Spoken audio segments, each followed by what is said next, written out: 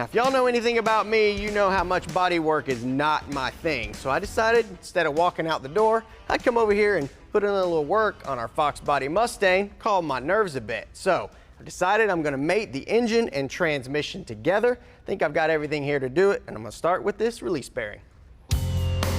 We need to attach that release bearing to our clutch fork, and once it's snapped in, slide the fork onto the pivot shaft.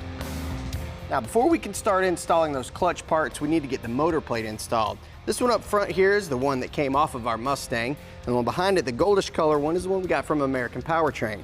Now, the bolt holes on the bell housing are the same, but right here where the starter goes, you can see the holes don't actually line up. It must be something different between automatics and manuals. Either way, you gotta use this bottom one.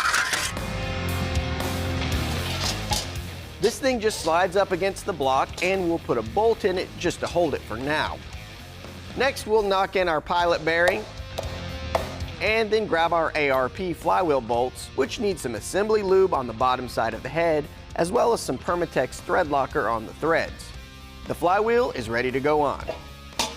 We'll slip it into place and install those ARP bolts, run them down tight, and get them torqued to 85 foot-pounds.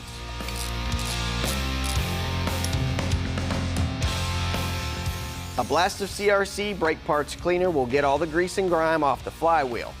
You don't want that stuff to get on your clutch disc, which is the next thing we're going to install, along with the alignment tool.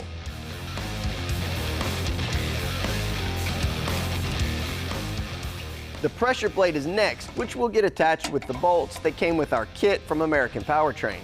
Those get torqued to 24 foot-pounds. Now it's time for the wedding ceremony. We'll get our engine in place and marry it to the transmission. These ARP bolts will keep these two mated for life.